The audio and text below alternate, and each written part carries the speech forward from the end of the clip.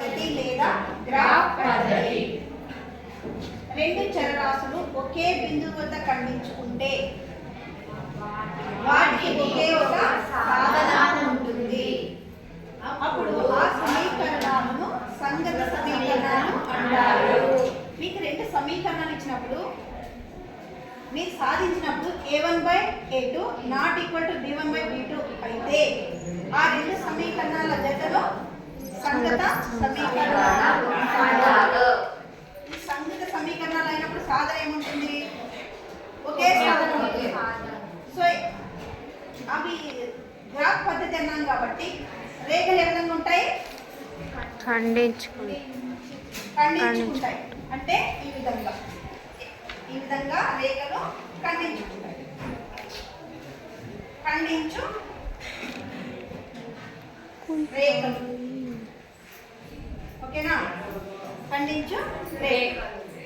So next second one, రెండు రేఖలు ఏకీభవిస్తే వాటికి అనంతమైన సాధనలు ఉంటాయి.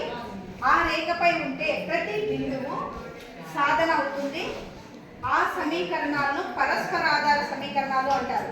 అంటే రెండు సమీకరణాలు సాధించినప్పుడు a1/a2 b1/b2 c1/c2 అయితే ఆ రేఖీయ సమీకరణాల జత పరస్పరాధార సమీకరణాలు అంటారు.